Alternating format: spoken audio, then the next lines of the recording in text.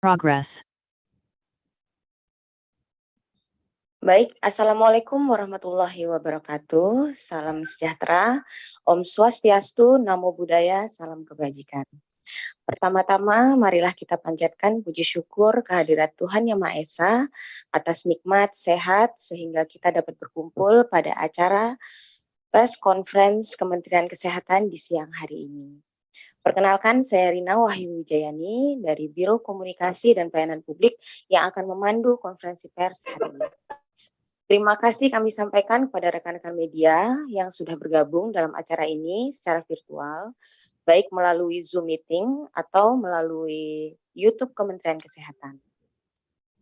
Pada siang ini telah bergabung bersama kita dua narasumber, yaitu yang pertama Dr. Muhammad Sahrir, SPP MPH selaku Juru Bicara Kementerian Kesehatan, dan yang kedua adalah Dr. Eniarti, MSc, SPKJ, MMR, selaku Direktur Utama Rumah Sakit Umum Pusat Dr. Sarjito, Yogyakarta. Selama 1 jam ke depan, kita akan fokus membahas terkait update penanganan COVID-19 dan gangguan ginjal akut progresif atipikal pada anak di Indonesia. Tanpa berlama-lama lagi, dipersilakan kepada Dr. Syahrir untuk menyampaikan materi. Selamat siang, Dok. Ya, selamat siang. Baik. Terima kasih, Mbak Rina. Assalamualaikum warahmatullahi wabarakatuh. Selamat sore, salam sejahtera, dan salam sehat buat kita semuanya. Teman-teman media, wartawan yang saya cintai, dan juga Bapak Ibu sekalian yang mengikuti konferensi pers hari ini, marilah kita sama-sama memanjatkan syukur alhamdulillah kehadirat Allah yang telah memberikan kesempatan bagi kita semua untuk bisa mengikuti update ya perkembangan kasus-kasus yang saat ini sedang marak di negara kita. Dan pada kesempatan ini kami dari Kementerian Kesehatan akan menyampaikan 2 update atau perkembangannya. Yang satu adalah COVID-19, yang kedua adalah gagal ginjal akut, ya, yang saat ini juga sedang ramai dibicarakan. Terima kasih kepada para wartawan semuanya. Saya akan menyampaikan, mendahului konferensi pers ini, dan nanti di akhir ada paparan atau keterangan dari Direktur Utama Rumah Sakit Umum Pusat Dr. Sarjito, Yogyakarta, yang berkaitan dengan bagaimana penanganan gagal ginjal akut yang ada di RSUP Dr. Sarjito.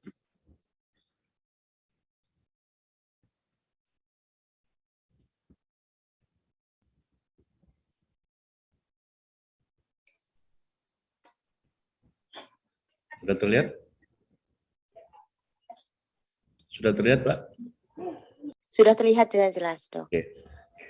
Ini yang pertama kita update dulu COVID ya.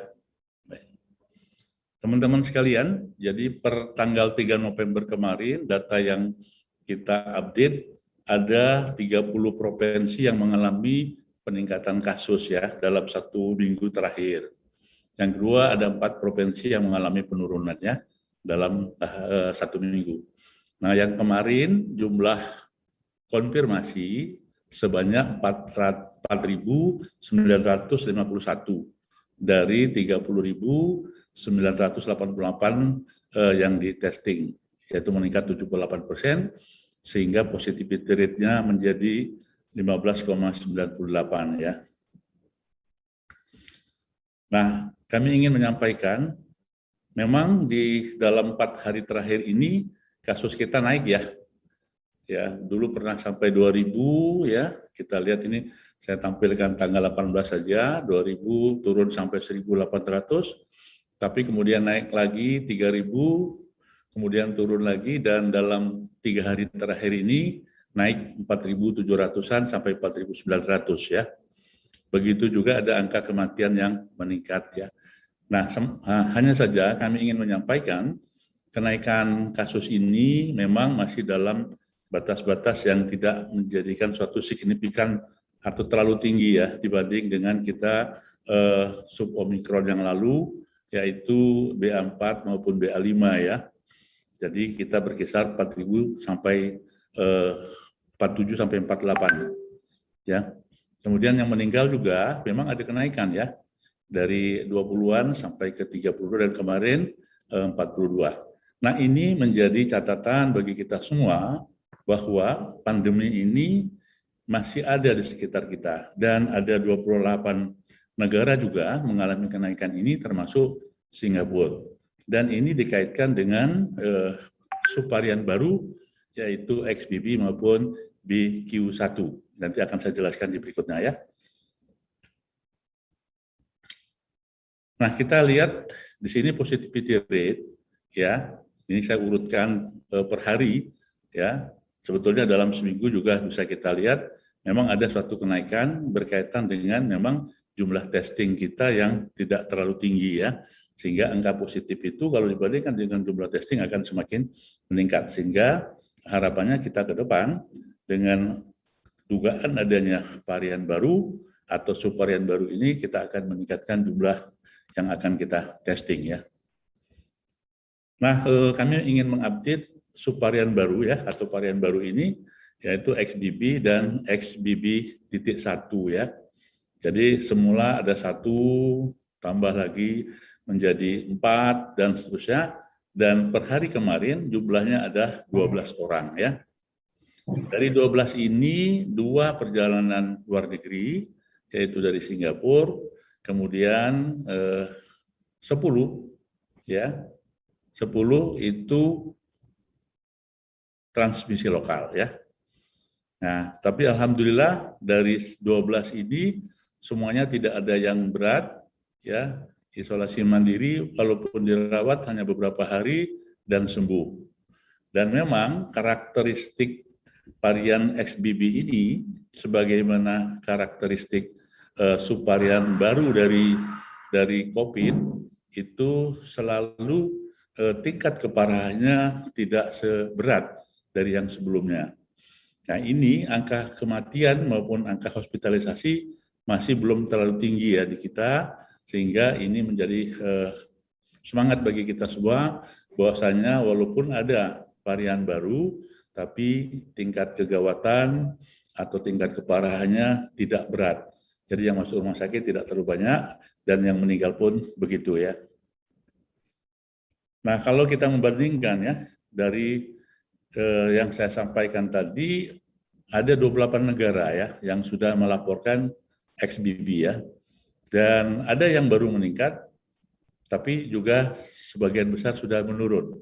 Seperti Singapura ya, Singapura itu pernah sampai 18.000 per harinya, tapi saat ini sudah 6.000, 5.000. Jadi sudah kondisi turun. Cepat naiknya, tapi juga cepat turunnya ya.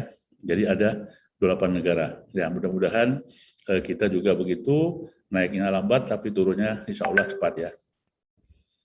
Nah, ini kita bandingkan saja, ada 3 negara yang menjadi bandingan kita, Singapura, India maupun Bangladesh ya. Kita lihat Singapura ini pernah 18.000 ya per harinya, dan saat ini sudah turun menjadi 8.000 ya. Kemudian India ini pernah 300.000 dan saat ini sudah tinggal 2.300 per hari. Bangladesh 14.000 dan saat ini sudah 367. Ini bandingan-bandingan yang ada di negara luar yang masuk dalam 28 negara yang tadi melaporkan ya. Kemudian untuk vaksinasi ya. Vaksinasi kita untuk vaksinasi 1 87%, kemudian vaksinasi 2 73%, dan vaksinasi yang booster atau ketiga ini 27,62%. Memang untuk booster kita masih jauh dari target yang kita inginkan yaitu 50%, karena berbagai sebab yang tadi juga sudah disampaikan dalam rapat bersama Menko Marves, Pak Luhut, bahwasanya kita akan menggerakkan ulang lagi vaksinasi booster ini sebagaimana yang lalu, karena kita mempunyai keyakinan bahwa vaksinasi ini adalah upaya kita dalam memberikan kekebalan dan perlindungan kepada masyarakat kita. Ini kita lihat grafiknya ya. Nah, di akhir paparan ini kami ingin ya menyampaikan kepada kita semua bahwasanya langkah-langkah yang telah dibuat oleh Indonesia dalam hal ini seperti yang disampaikan oleh Direktur Jenderal WHO, bahwasanya ada 6 strategi ya, ada 6 strategi atau upaya dalam rangka kita mendekati atau kita akan mengakhiri pandemi ini. Salah satunya adalah bagaimana komunikasi kita, risiko-risiko yang saat ini kita masih pandemi kepada masyarakat. Nah, tentu saja melalui media massa ini kita berharap sampaikan lagi risiko-risiko bahwasanya kita ini masih dalam masa pandemi yang kemungkinan ada varian atau subvarian baru, akan mungkin terjadi lonjakan kasus dan seterusnya. Sehingga protokol kesehatan itu menjadi syarat yang jangan dikendorkan dulu karena ini menjadi bagian di dalam perlindungan, pencegahan dan pengendalian COVID ini. Yang kedua adalah masalah vaksinasi. Jadi harapannya kepada masyarakat kita semua bersama-sama vaksinasi booster atau ketiga ini dapat kita gerakkan dan kita bisa mencapai di atas 50%. Kemudian seluruh rumah sakit, kemudian fasilitas pelayanan diharapkan juga tetap siaga, tetap siap manakala kasus-kasus yang ada ini masih harus kita tangani, baik di hulu, tingkat hulunya maupun sampai ke tingkat ke rumah sakit rujukan. Dan tentu saja upaya-upaya yang lain menjadi bagian dari kita untuk sama-sama kita mengawal COVID ini dan kita akan mengakhiri COVID ini dengan baik. Nah, termasuk dengan penjelasan tadi, dalam 1 minggu terakhir ini kita ada kenaikan kasus.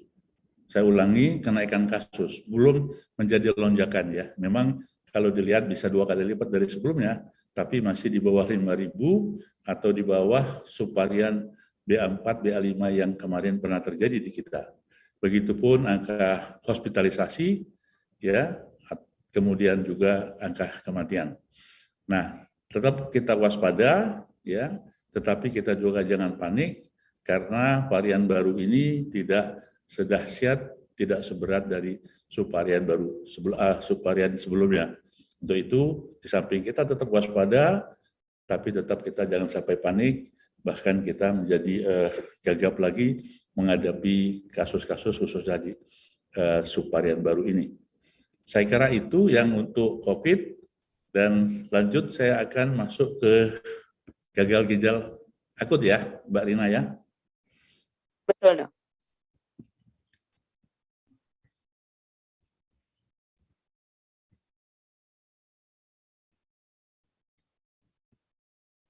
Bisa terlihat? Terlihat dengan jelas. Ya. Teman-teman sekalian, ini saya akan menyampaikan update ya.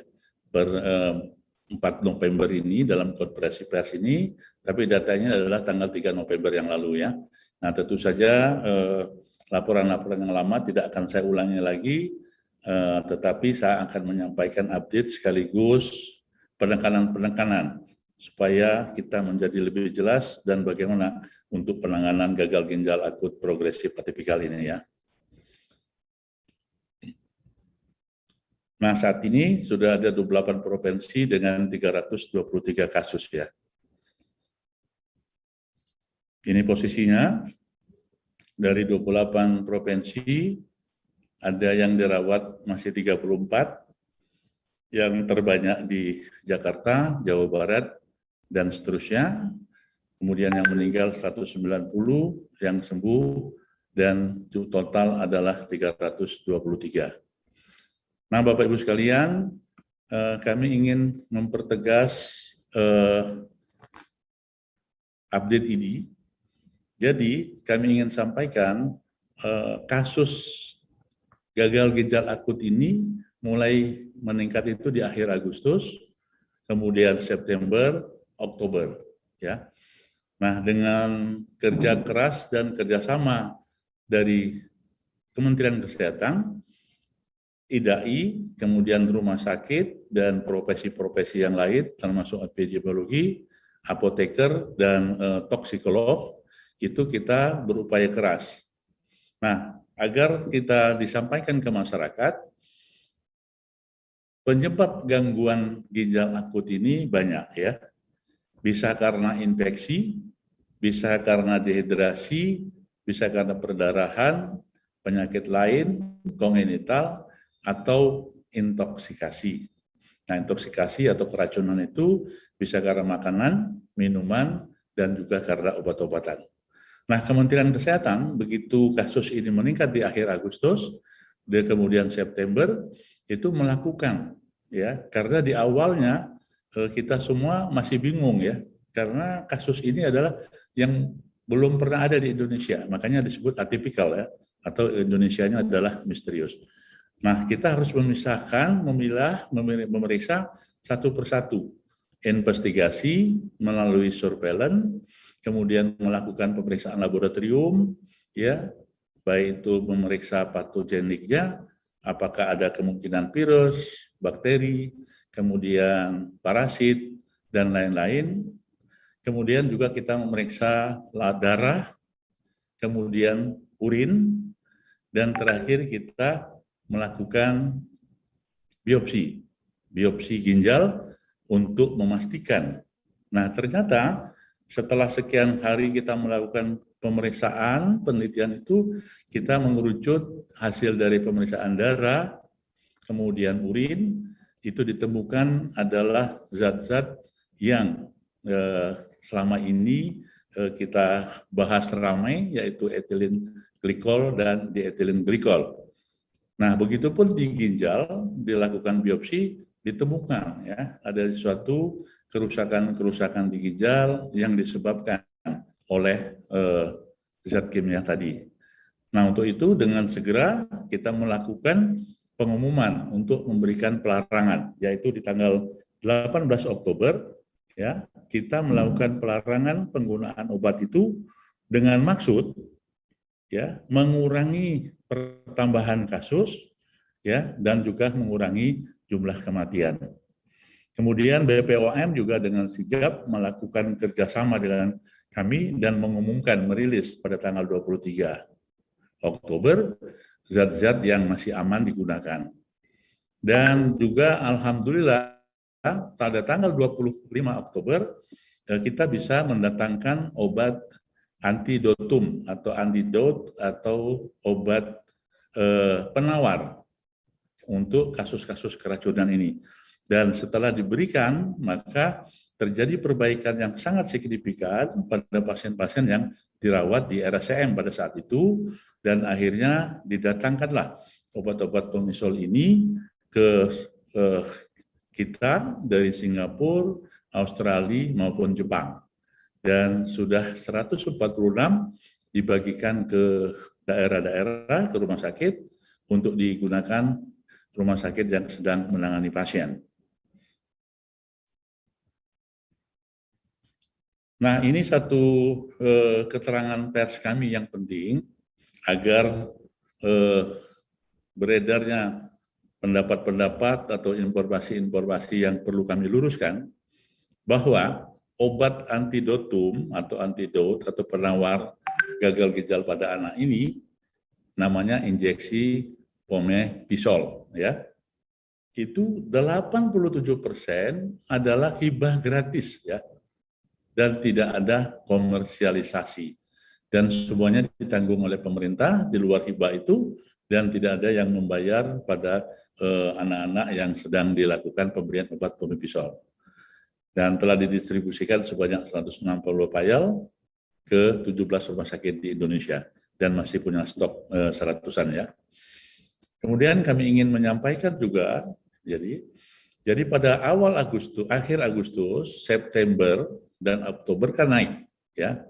Nah, tetapi setelah kita lakukan pengumuman dengan melarang penggunaan obat-obat sirup ya atau cair yang kita duga setelah melalui pemeriksaan penelitian tadi, maka penambahan kasus baru maupun angka kematian menurun dengan dengan drastis. Artinya jauh sekali.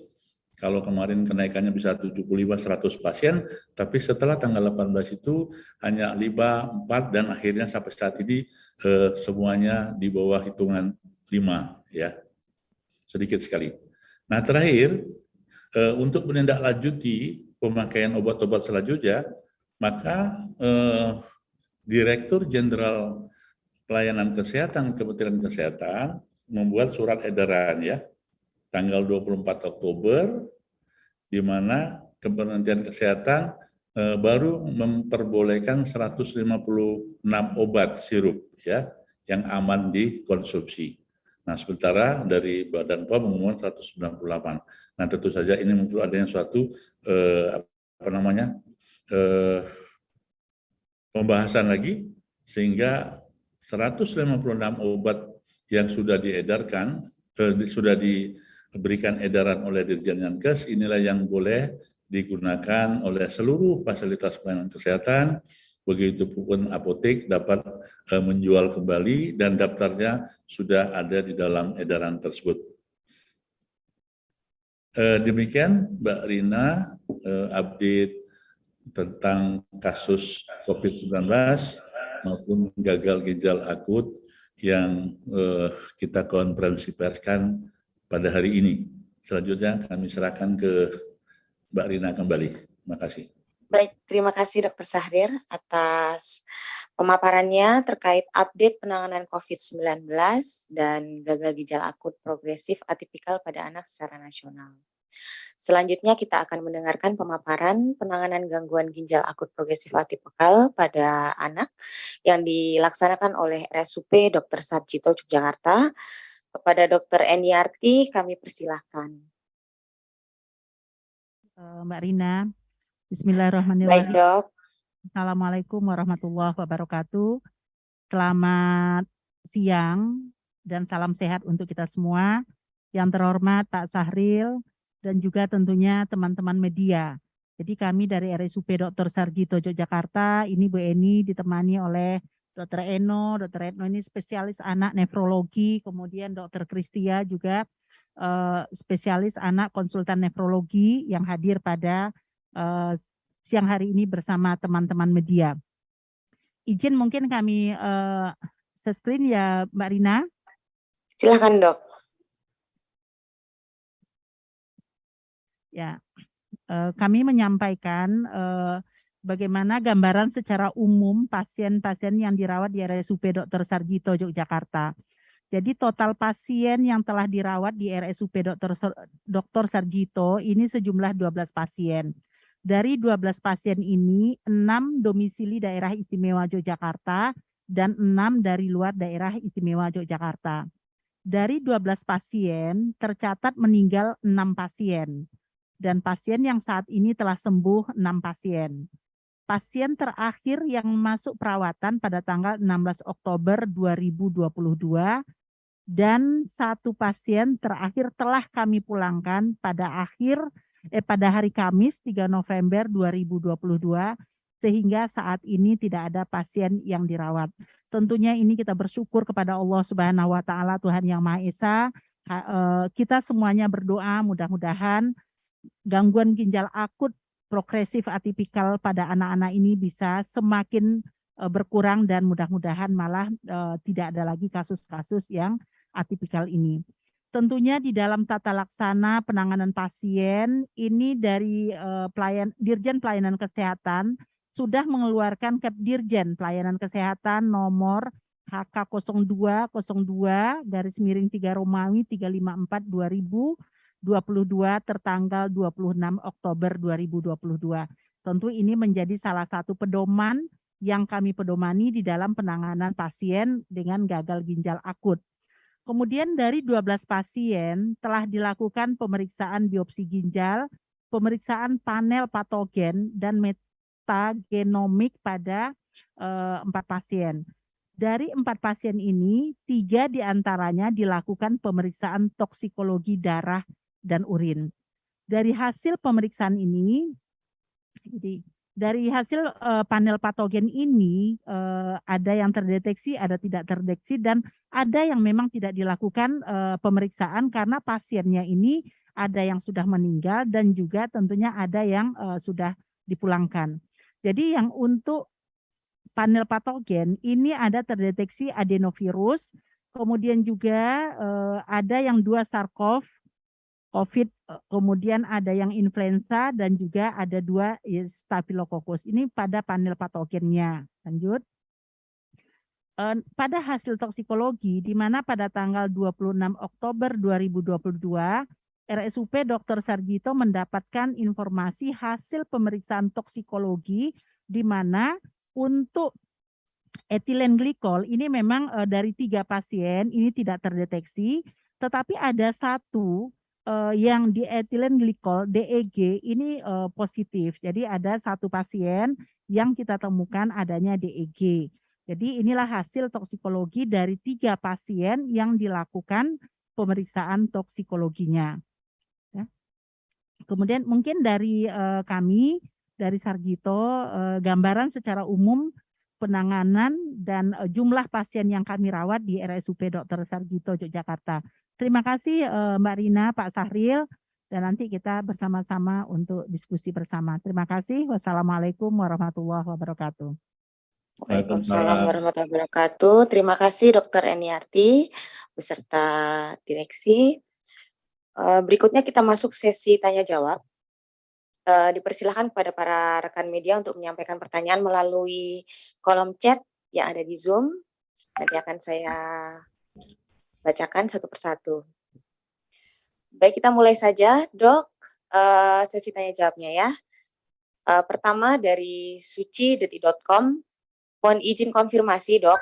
Kemarin Menkes bilang kasus GGA ini ada 325 kasus per Selasa, dan sekarang menjadi 323 kasus per Kamis. Mana yang benar, Dok? Mungkin bisa langsung dijawab, Dr. Sahrir. Ya, terima kasih Mbak Suci dari Detik.com ya. Betul. Jadi betul kemarin Pak Menkes sudah menyampaikan 325 pada saat dengar pendapat DPR. Kami ingin menyampaikan bahwa pencatatan dan pelaporan kasus gagal ginjal akut ini sangat dinamis ya. Seperti halnya kemarin hepatitis akut ya.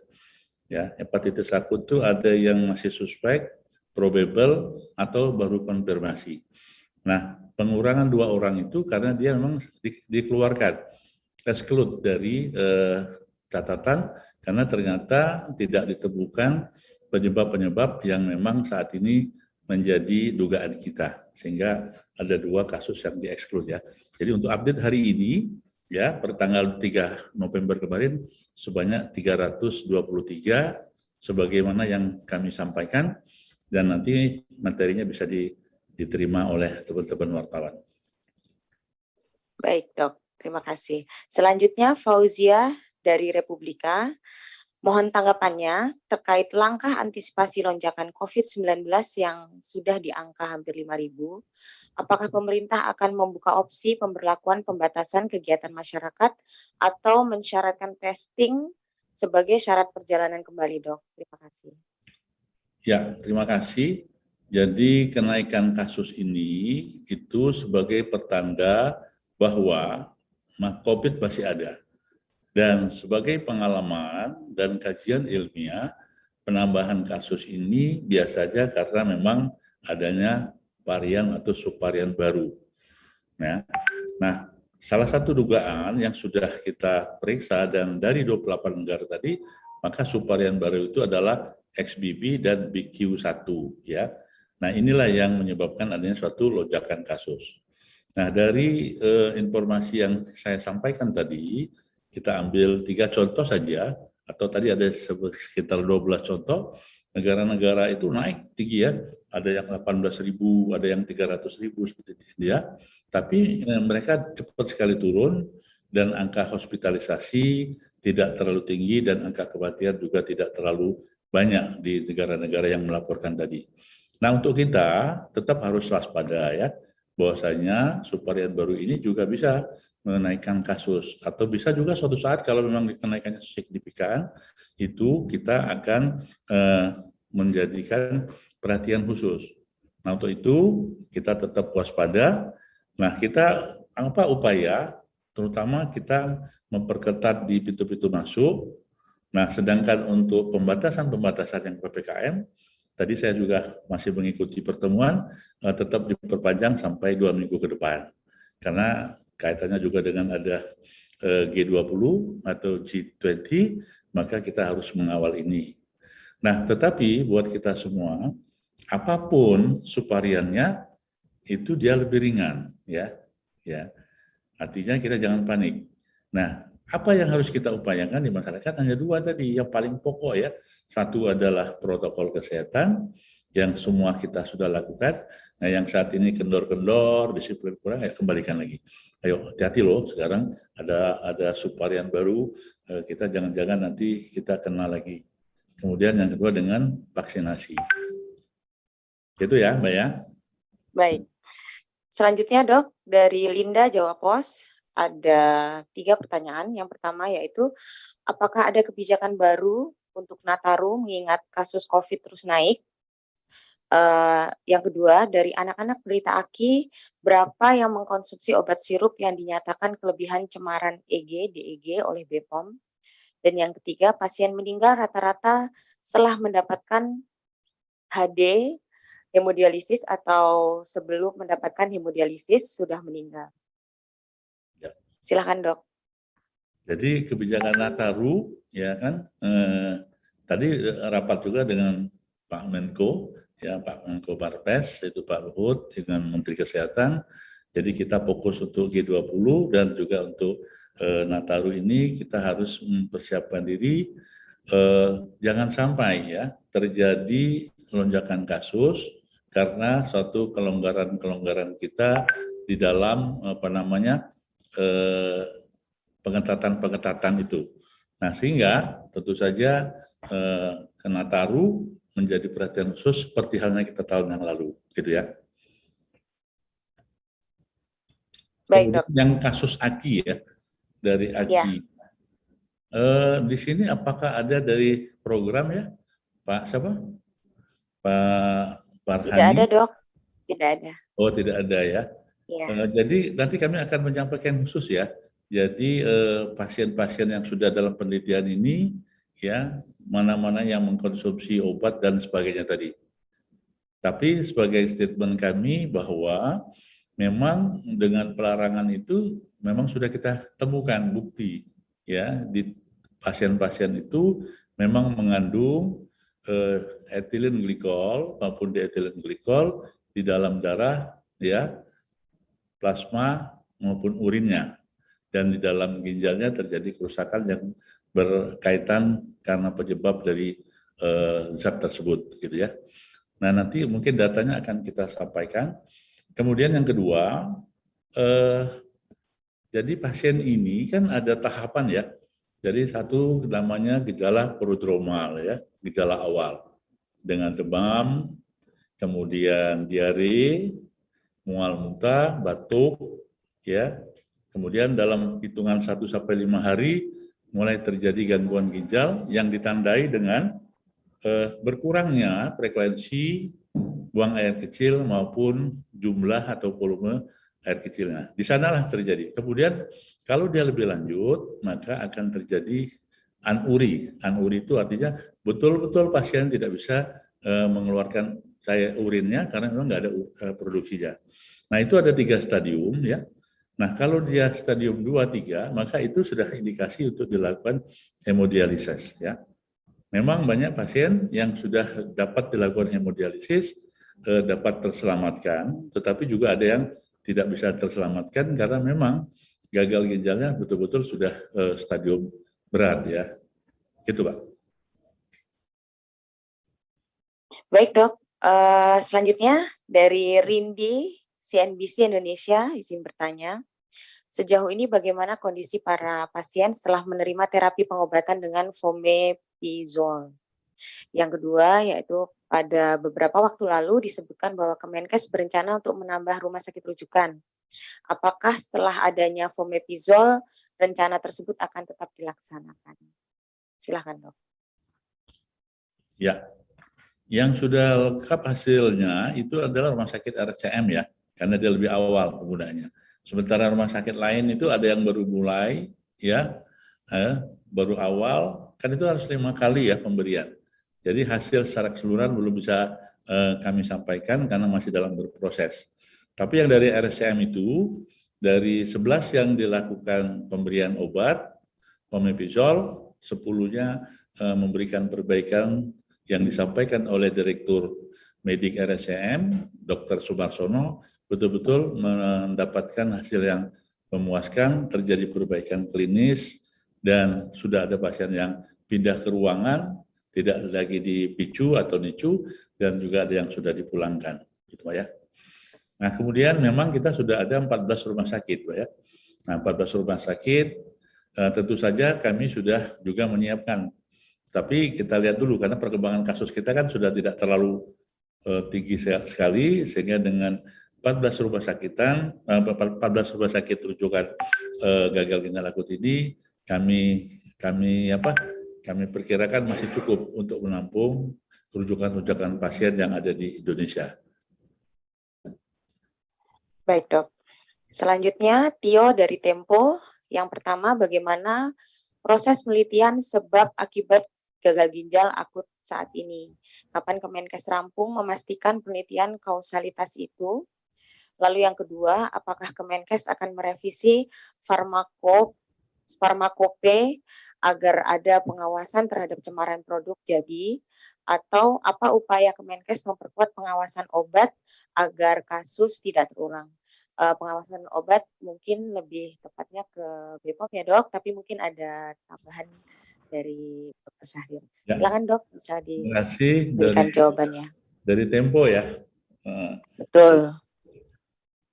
Jadi penelitiannya kan yang kemarin sudah mengerucut, sudah kita temukan. Nah, sekarang untuk menjadikan itu sebagai betul-betul penelitian yang berdasarkan basis bukti, ya, artinya betul-betul kajian ilmiah, kita sudah melakukan yang disebut dengan case control ya. Jadi case control itu artinya apa? Penelitian yang dilakukan pada pasien maupun kepada orang-orang normal. Ini sedang berjalan ya. Nah, mudah-mudahan penelitian case control ini menjadi penambah muatan ilmiahnya, kuatnya, bahwasanya memang ini menjadi suatu penyebab terjadinya gagal ginjal akut. Kemudian farmakop ya, saya kira ini tanggung jawab bersama ya semuanya, bukan hanya Badan POM, tapi juga farmakolog, kemudian para ahli-ahli yang berkaitan dengan obat untuk bisa melakukan suatu kajian bagaimana farmakop ini dapat dilakukan kritisi dan juga mungkin kalau ada perlu revisi, tapi itu saya kira menjadi rekomendasi bagi kita untuk melakukannya. Nah, kemudian pengawasan. Nah, supaya kita masyarakat tahu bahwasanya tupoksi pengawasan obat ini kan ada di Badan POM ya. Jadi Badan POM itu sudah menjadi badan di bawah Presiden yang mempunyai kewenangan melakukan registrasi, kajian, obat-obat yang akan diproduksi maupun diedarkan sekaligus pengawasannya. Nah, Kementerian Kesehatan nanti akan mengawasi, ikut mengawasinya melalui penggunaan obat-obat itu di rumah sakit, kemudian di apotek, di fasilitas-fasilitas pelayanan kesehatan. Nah, mudah-mudahan semua fungsi ini dapat terkoordinasi dan menghasilkan yang terbaik untuk tidak terjadi kasus-kasus yang tidak kita inginkan di kemudian hari ya. Baik, Dok. Selanjutnya dari Farid Tirtoidi, yang pertama, bagaimana strategi Kementerian Kesehatan mencegah kenaikan angka kematian COVID-19? Karena kasus dokter meninggal juga bertambah 4 orang pada November 2022 setelah laporan terakhir pada Maret 2022. Selanjutnya nomor 2 mungkin ini nanti bisa ditanggapi oleh Dr. Eni, RSUP Dr. Sajito. Bagaimana hasil penyelidikan Bareskrim soal belasan pasien gangguan gagal ginjal di Yogyakarta tidak meminum obat sirup? RSUP Sarjito sebelumnya bilang belum menemukan bukti sampel pasien gangguan ginjal akut yang dipicu konsumsi obat sirup mengandung EG dan DEG. Terima kasih. Silakan Dr. Syahrir. Ya, jadi bagus nih dari Mas Farid ini ya. Jadi strategi itu kita ngikuti pertama strategi yang sudah digariskan oleh WHO tadi ya. Jadi ada 6 strategi ya, upaya ya, bukan hanya untuk kenaikan kasus, tapi juga bagaimana menurunkan kematian, kemudian juga menurunkan perawatan, sekaligus juga meningkatkan testing dan seterusnya. Jadi ke-6 ini saling terkait dan kita akan mengupayakan semuanya yang secara sinergis kita lakukan. Jadi mulai dari bagaimana peningkatan informasi publik tentang risiko ini kita lakukan, termasuk melalui konferensi pers ini, melalui berita-berita di media dan seterusnya. Kemudian vaksinasi booster, ya tadi sudah disampaikan juga bagaimana kita menggerakkan lagi booster ini agar bisa mencapai di atas 50%. Kemudian bagaimana kesiapan rumah sakit, fasilitas pelayanan kesehatan, dan seterusnya. Jadi strategi ini akan kita lakukan dan tentu saja harapannya diikuti oleh bagaimana masyarakat ikut dalam mengawal kedisiplinan khususnya di protokol kesehatan dan mendukung atau melakukan vaksinasi booster yang kita siapkan. Baik, untuk selanjutnya dipersilahkan Dr. Eni untuk pertanyaan nomor 2. Terima kasih Mbak Rina. Jadi kalau yang pakai apa tadi Bareskrim ya? Apa Mbak Rina? Bagaimana hasil penyelidikan Bareskrim soal belasan pasien gangguan gagal ginjal di Yogyakarta tidak meminum obat sirup? RSUP Sarjito sebelumnya bilang belum menemukan bukti sampel pasien gangguan gagal ginjal yang dipicu konsumsi obat sirup mengandung EG dan DEG. Oke. Kalau yang hasil Bareskrim kami tidak ikut di dalamnya, jadi kami sampaikan kepada rekan-rekan media karena yang dari Bareskrim kita tidak ikut. Yang Sarjito itu tentunya pasien yang dirawat di Sarjito. Memang waktu rilis itu kan pada tanggal 25 Oktober 2022. 25 Oktober ini hasil pemeriksaan toksikologinya ini memang belum keluar.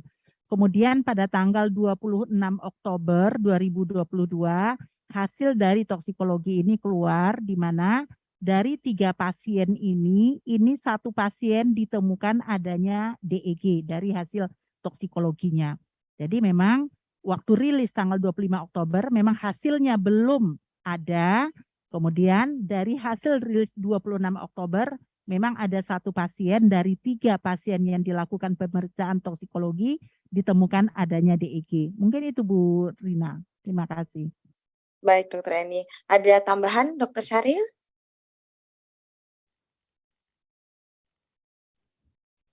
Cukup, nanti saya tambahin di akhir aja. Baik, terima kasih.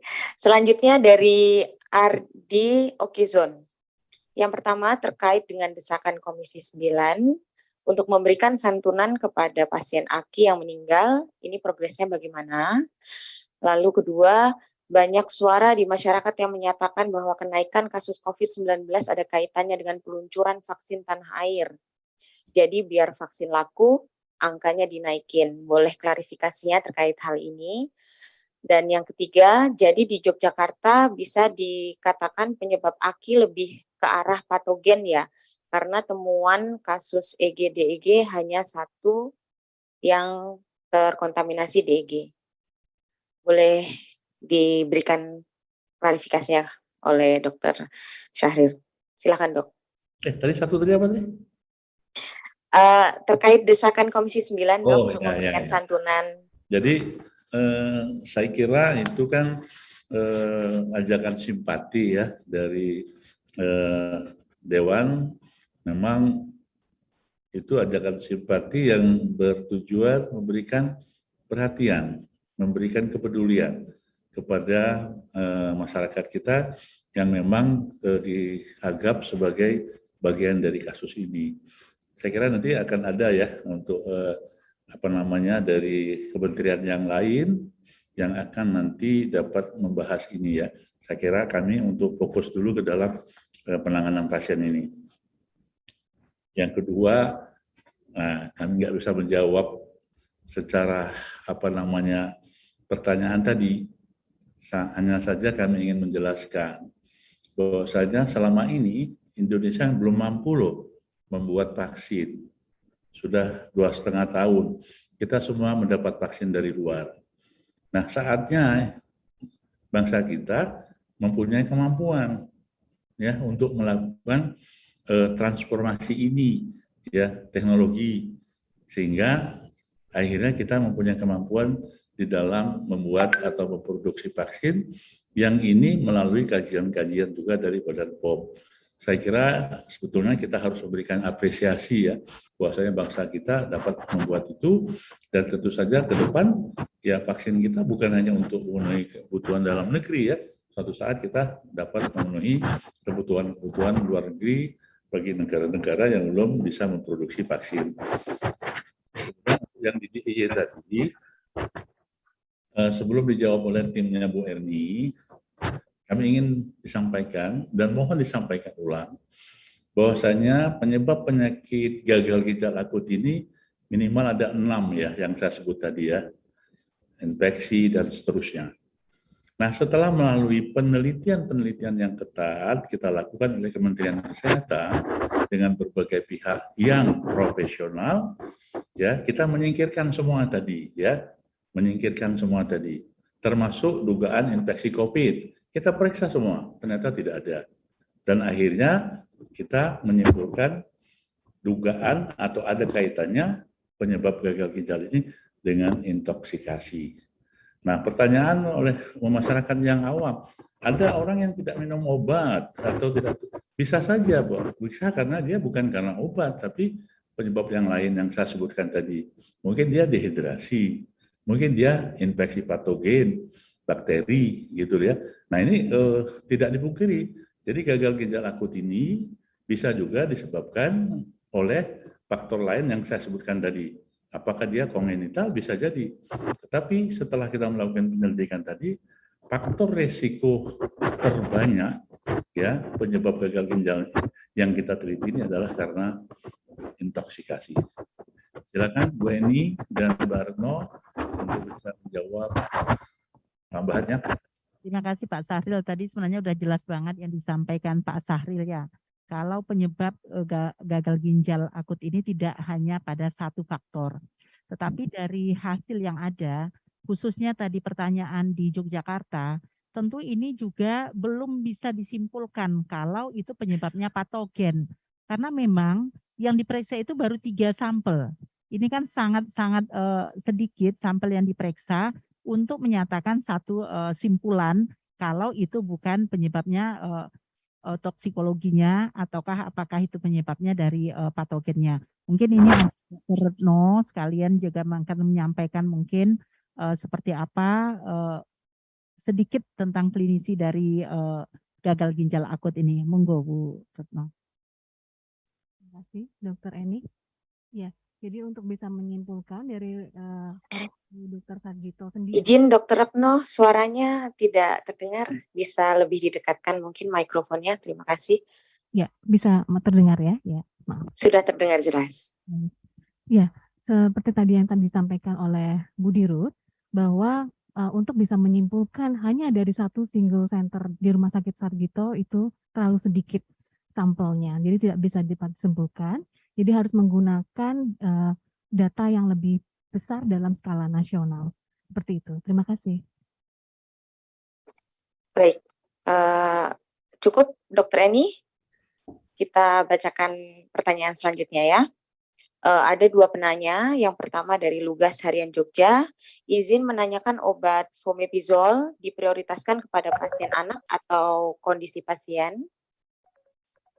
Lalu penanya kedua dari Leo Investor Daily, izin bertanya, berapa banyak nantinya obat fomepizol yang akan diimpor?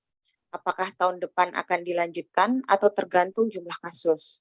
Yang kedua, bagaimana tanggapan Kemenkes soal usulan rapat gabungan antara Komisi 6, Komisi 9, Kemendak, Kemenperin, BPOM mengenai kasus gagal ginjal akut ini. Terima kasih. Silahkan Dr. Syahrir untuk menanggapi. Yang kedua dulu ya, panja itu memang bagian dari kewenangan DPR, ya. Mereka lah yang menentukan apa perlu atau tidak, ya, seberapa banyak orang yang terlibat. Untuk itu kita serahkan saja kepada Dewan, dan kita akan ikuti mekanisme yang memang semuanya bertujuan baik untuk penanganan atau memberikan solusi, ya. Obat pemipizol kita belum membuat suatu rencana impor atau pengadaan di tahun yang depan. Karena apa? Kita saat ini kan masih ada stok, bahkan turun kasus kita ini. Nah, dengan turun kasus, kita ngapain kita stok banyak-banyak atau kita beli banyak-banyak. Nah, mudah-mudahan betul-betul ini stop kasusnya dengan upaya-upaya yang telah kita lakukan secara bersama-sama. Demikian, Mbak Rina. Baik, terkait dengan fomipizol, Dok? Sudah. Oh, sudah. Baik, terima kasih. Selanjutnya Mahardini Kompas.com. Mohon penjelasannya, Dok. Kemenkes baru merilis 156 daftar obat sirup yang aman. Sedangkan BPOM sudah merilis 198 daftar obat sirup yang aman. Apakah ini artinya 42 daftar obat yang lain masih diinvestigasi, Dok? Terima kasih. Mbak Rina, apakah ada dari Dirjen Parmalkes kan sih? Tidak ada, Dok. Oh, tidak ada. Ya, baik teman-teman semuanya, intinya kita kan ingin memberikan keamanan dan keselamatan bagi masyarakat dan melindunginya melalui obat yang akan kita gunakan di fasilitas pelayanan kesehatan termasuk dokter. Jadi ada 156 yang sudah kita lakukan juga telaah bersama untuk bisa dilakukan secara aman. Nah, sisanya masih ada 48 karena ada perbedaan angka. Ya, kita tunggu dulu ya dalam beberapa hari ini untuk menyamakan antara Badan POM dengan Kementerian Kesehatan ya. Karena ada yang sama kayaknya bednya dan sebagainya. Tapi kita tunggu dulu ya. Kami belum akan memberikan keterangan pasti bahwasanya 48 ini masih memang belum diberikan edaran dari Kementerian Kesehatan. Baik, Dok. Mungkin bisa ada conclusion sedikit dari Dr. Syahrir untuk menutup preskon hari ini. Oke, terima kasih Bapak Ibu sekalian atau teman-teman media, termasuk dari tim Sarjito. Jadi hari ini kami sebagai tanggung jawab publik memberikan informasi publik ya, apa yang telah kita lakukan dan apa yang akan kita lakukan. Nah, dua masalah besar yaitu COVID-19 dengan adanya kenaikan kasus ya, dan yang kedua adalah gagal ginjal akut ya. Dua-dua masalah nasional yang memerlukan keterpaduan, perhatian dan kebersamaan kita termasuk teman-teman pers ini. Nah, untuk itu mohon dapat memberikan informasi yang apa adanya, yang resmi kita sampaikan, dengan upaya kita memang sama-sama melindungi dan menyelamatkan penduduk atau masyarakat kita. Nah, khusus COVID saya kira sudah sangat jelas langkah-langkahnya karena ini kita sudah hampir 3 tahun dan secara internasional memang protapnya hampir sama ya melakukan itu. Dan harapannya COVID-19 ini walaupun pelonjakan kasus kita harus memberikan suatu kewaspadaan ya, kehati-hatian, dan tapi jangan panik ya, karena kita sudah punya pengalaman di dalam melakukan pencegahan dan pengendalian. Untuk itu masalah protokol kesehatan menjadi mutlak tetap dilakukan, khususnya juga adalah booster ya. Jadi mohon kepada kita semua karena vaksin sudah tersedia saat ini untuk dilakukan booster. Yang kedua untuk gagal ginjal akut, nah, alhamdulillah ya berkat kerjasama semua pihak kita sudah dapat betul-betul menurunkan penambahan kasus, kemudian juga menurunkan angka kematian. Tentu saja bukan hanya Kementerian Kesehatan loh ini, tapi semua pihak, ya semua pihak, ya rumah sakit, kemudian termasuk masyarakat dan media. Nah ini suatu upaya berarti artinya apa? Kita melakukan respon yang cepat. Dan apabila ada terjadi ketidaksamaan di luar, maka tolong didekatkan mana yang bisa kita samakan. Contoh, bisa saja penyebab gagal ginjal itu oleh faktor yang lain, yang 6 tadi ya, yang saya sebutkan. Tetapi saat ini faktor terbesar, risiko terbesar itu karena intoksikasi. Nah, untuk itu kasus yang disampaikan oleh Bu Eni tadi, tolong disikapi sebagai upaya bisa saja loh gagal ginjal ini disebabkan oleh yang lain, tetapi tidak dominan. Artinya kita kembali kepada upaya kita bersama, bagaimana intoksikasi ini menjadi faktor risiko yang memang harus kita tuntaskan. Demikian Mbak Rina, mudah-mudahan bermanfaat. Dari Sarjito boleh kalau mau ada yang mau disampaikan? Baik dok, untuk Dokter Eni, ada yang bisa untuk menyampaikan conclusion-nya terakhir? Terima kasih Pak Sahril. Yang jelas tentunya untuk kita semua dan termasuk teman-teman media, deteksi dini pada baik gagal ginjal akut maupun COVID ini itu merupakan satu hal yang harus kita selalu edukasi kepada masyarakat sehingga deteksi dini ini akan juga mempercepat penanganan yang didapatkan dari masyarakat. Kemudian juga untuk COVID ini prokes, ya tentunya kesadaran kita bersama untuk mengimplementasikan dan menjalankan sehingga harapan kita angka-angka ini juga akan menurun. Kemudian yang paling penting lagi kerjasama kita semua termasuk juga teman-teman media untuk memberikan informasi-informasi yang positif, yang memberikan edukasi kepada masyarakat sehingga penguatan-penguatan kita semua untuk membangun bangsa negara tercinta ini bisa kita wujudkan bersama dan insya Allah seperti tadi Pak Sahril sampaikan tidak perlu harus panik tetapi tetap kita waspada untuk selalu menjaga kesehatan masing-masing dan lintas institusi dan seluruh elemen anak bangsa ini kita wujudkan Indonesia sehat. Demikian Bu Rina, terima kasih Pak Sahril dan juga teman-teman media. Wassalamualaikum warahmatullahi wabarakatuh. Waalaikumsalam warahmatullahi wabarakatuh. Terima kasih Dokter Syahrir, terima kasih Dokter Eni, dan rekan-rekan media. Tidak lupa kami juga mengingatkan masyarakat agar mengedepankan protokol kesehatan seperti menggunakan masker, menghindari kerumunan dan mencuci tangan menggunakan sabun, serta melakukan testing apabila mengalami tanda dan gejala COVID-19.